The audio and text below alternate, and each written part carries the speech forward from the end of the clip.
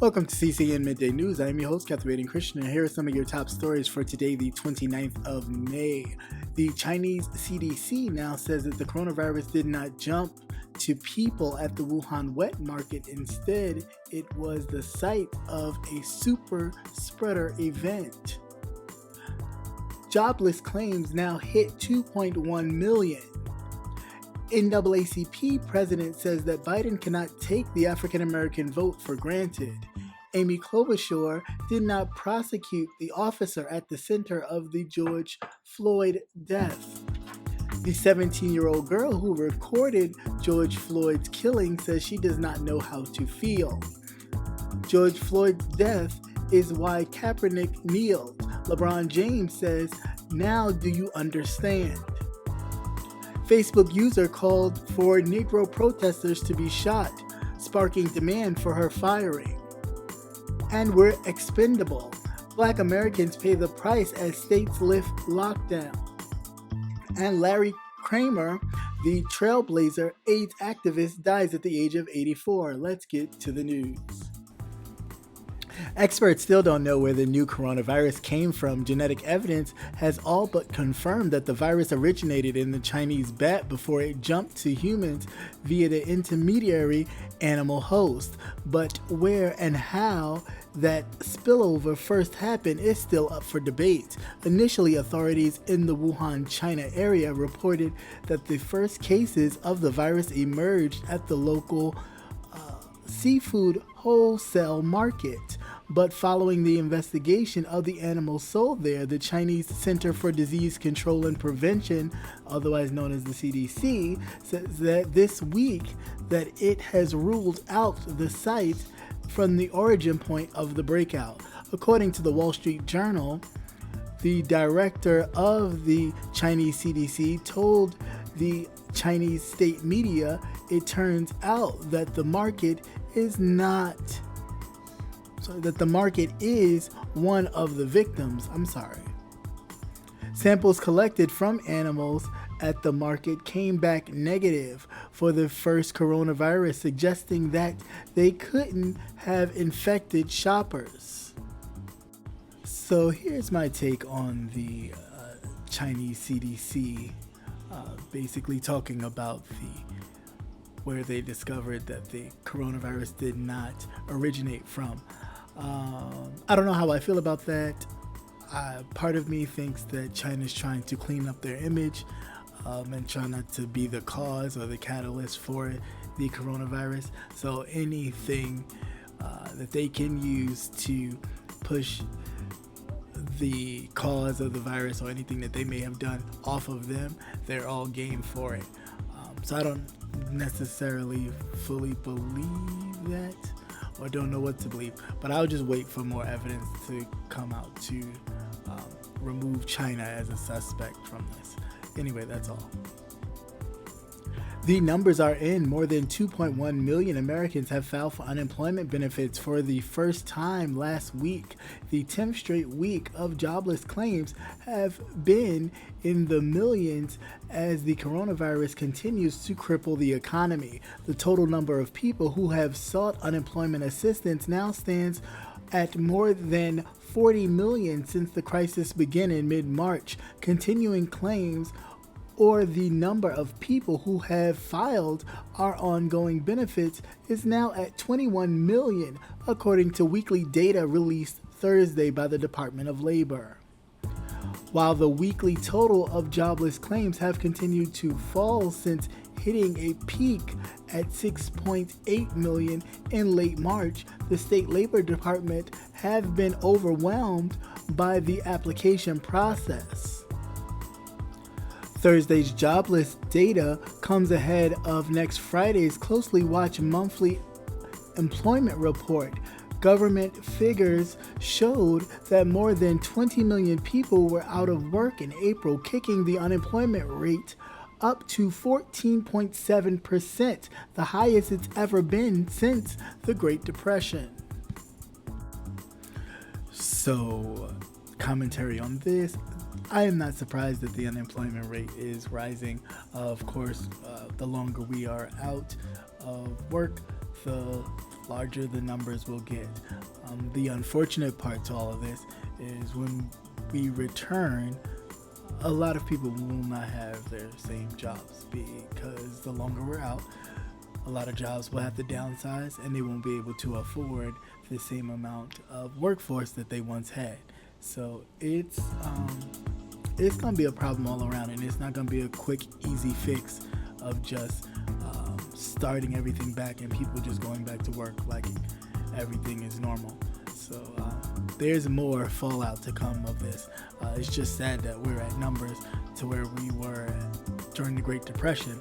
But again, it also goes to show you how much he gloated about the unemployment rate being so low and what he's done and how great of a president he's been, to now in which we're at numbers back in history.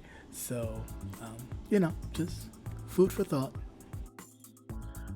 NAACP President and CEO Derek Johnson said on CBSN Friday that Joe Biden should not assume that he has the full support of the African American community during an election. You should not take the African American vote for granted, Johnson told CBSN's correspondent in a response to Biden's remarks. If the black voter are undecided between him and President Trump, then they ain't black. In a Friday morning interview with Charlamagne tha God on the popular radio show The Breakfast Club, Biden argued that his presidential campaign was doing enough to reach out to black voters. Johnson acknowledged that Biden has significant support in the African American community, but said that the prospective nominee should work to maintain that critical support. You either win or you lose with the support of the African American community, he said. All right, so here's my thoughts on this whole Joe Biden taking the African American vote for granted.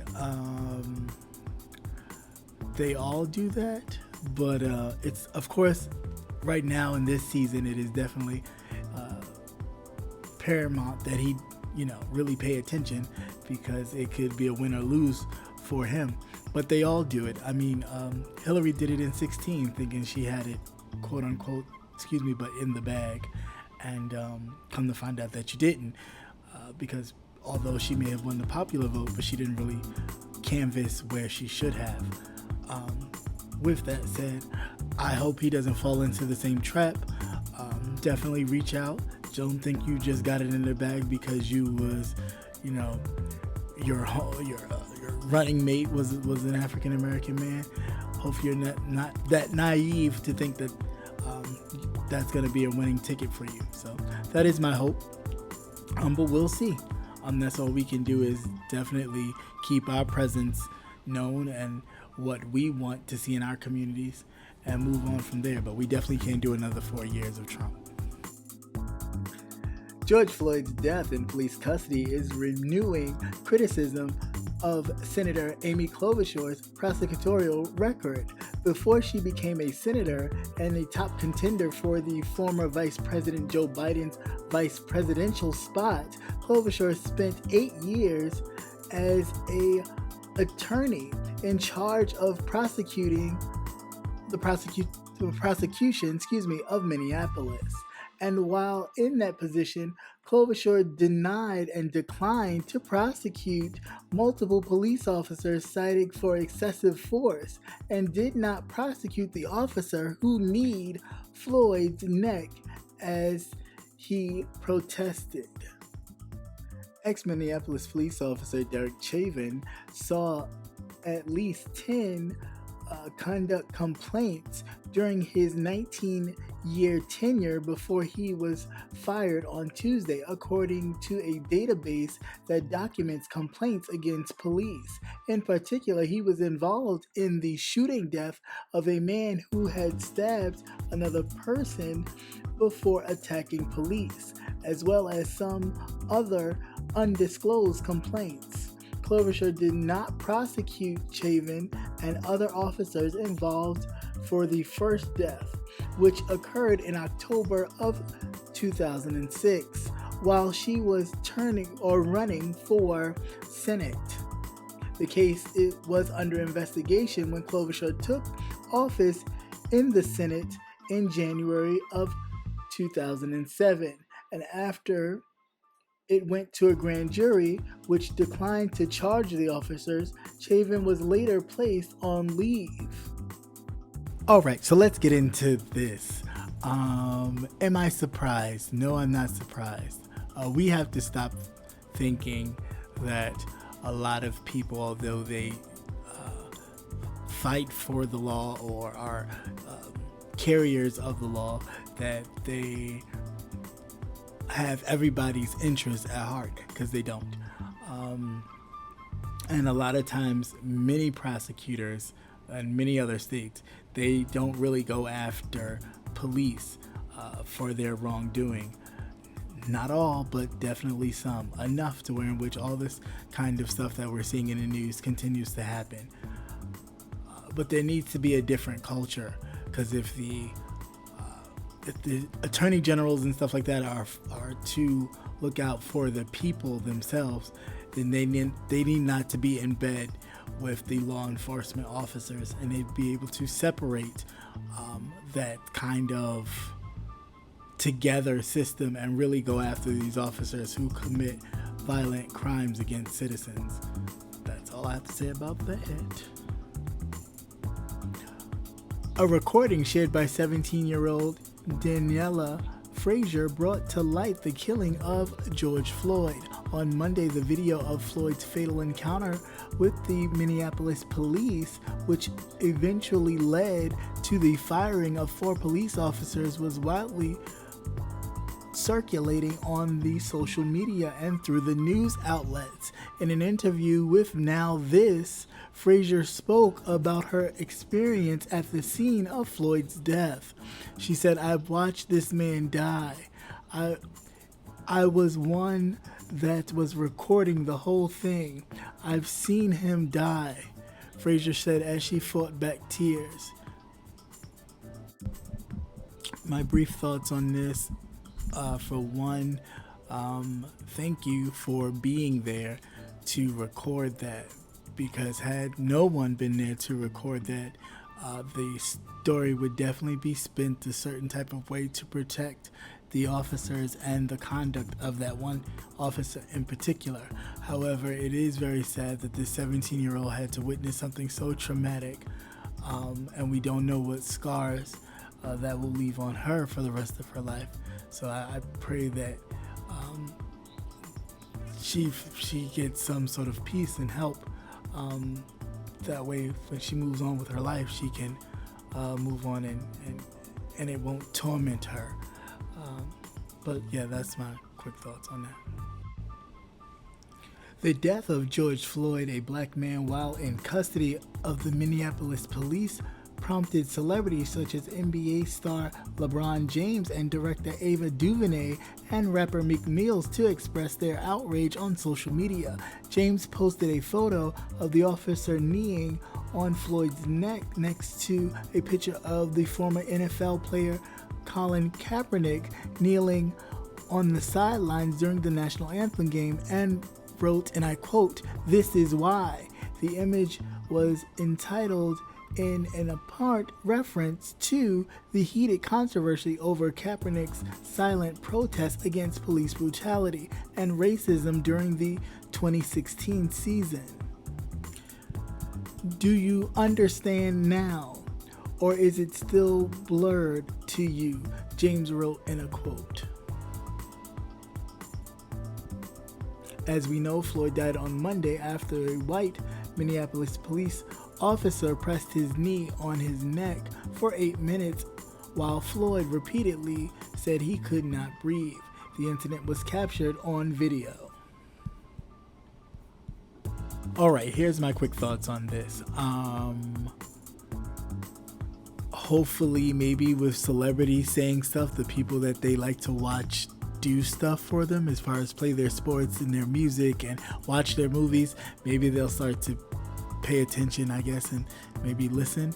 Other than that, what I need a lot of celebrities with a lot of influence, money, and backing to do other than tweet about it is to really do stuff about it, put feet on the ground, put money behind some things to really actually get some change going, and not just run to Twitter and have your Twitter fingers moving. That is my thoughts on that. And of course, as always, you can share your thoughts as well. I'm curious to know what you think. Black social media users have zero time for racism on their timeline, especially after back-to-back weeks of high publicized black deaths and videos. The Monday death of George Floyd after a police officer pinned his neck to the ground has sparked national and national outrage. Protesters occurred in Minneapolis, where the incident took place, and in other cities like Chicago, Illinois. Protesters in Minneapolis have especially faced violence from the police, including being hit with tear gas and rubber bullets. Photos surfaced online, and ABC7 Chicago appeared to cover the situation with a Facebook live feed.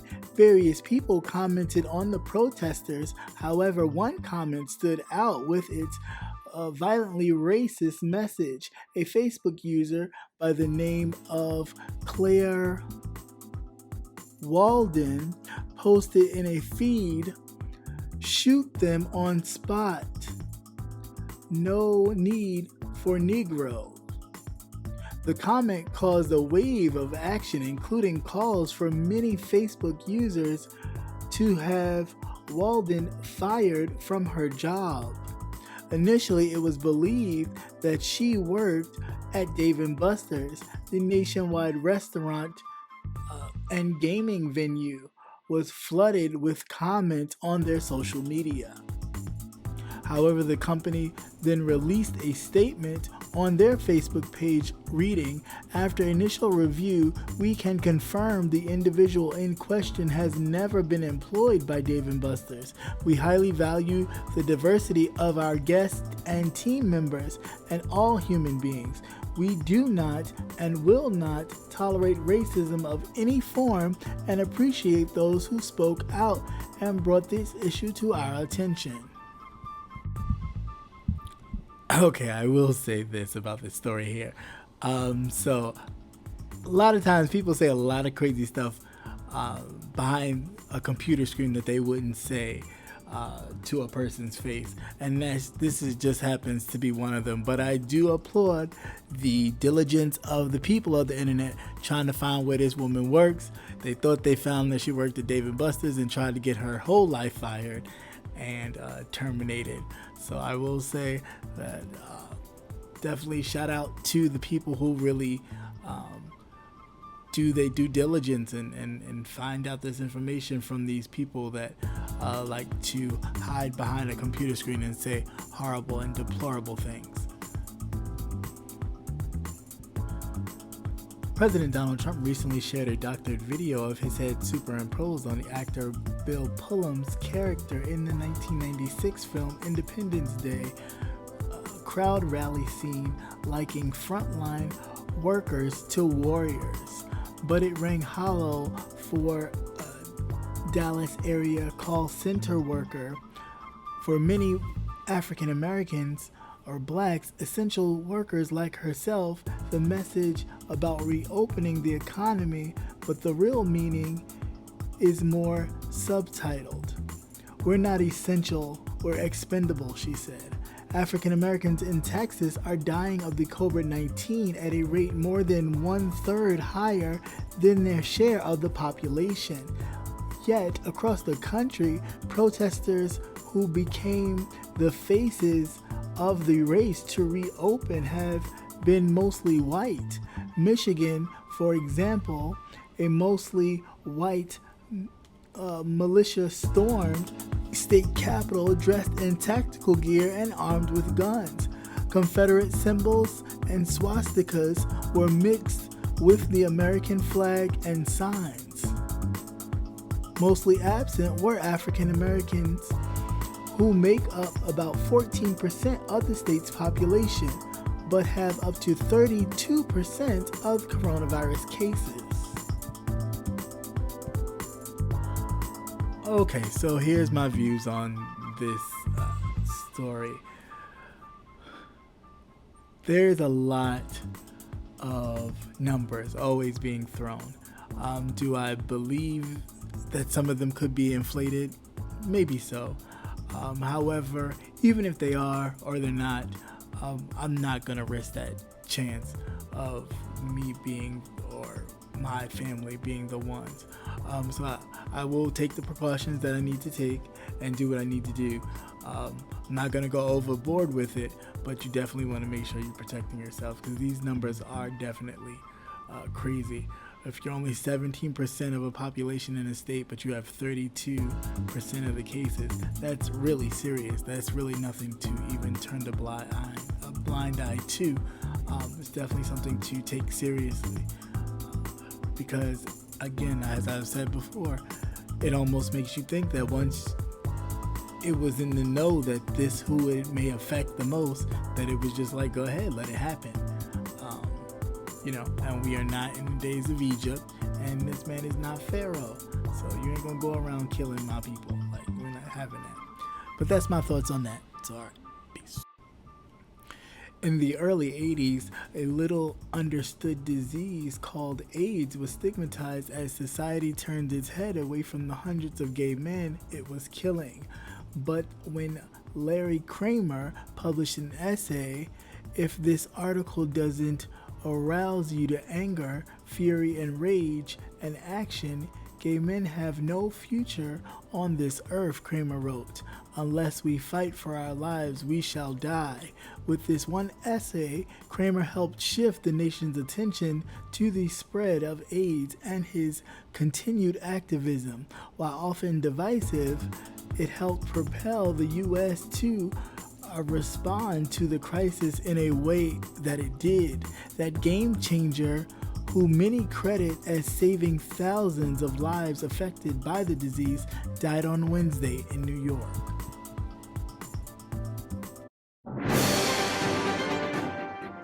Once again, thank you for watching CCN Midday News. Hope you enjoyed. Please like, share, and subscribe. Also hit that notification button so you will never miss another news update.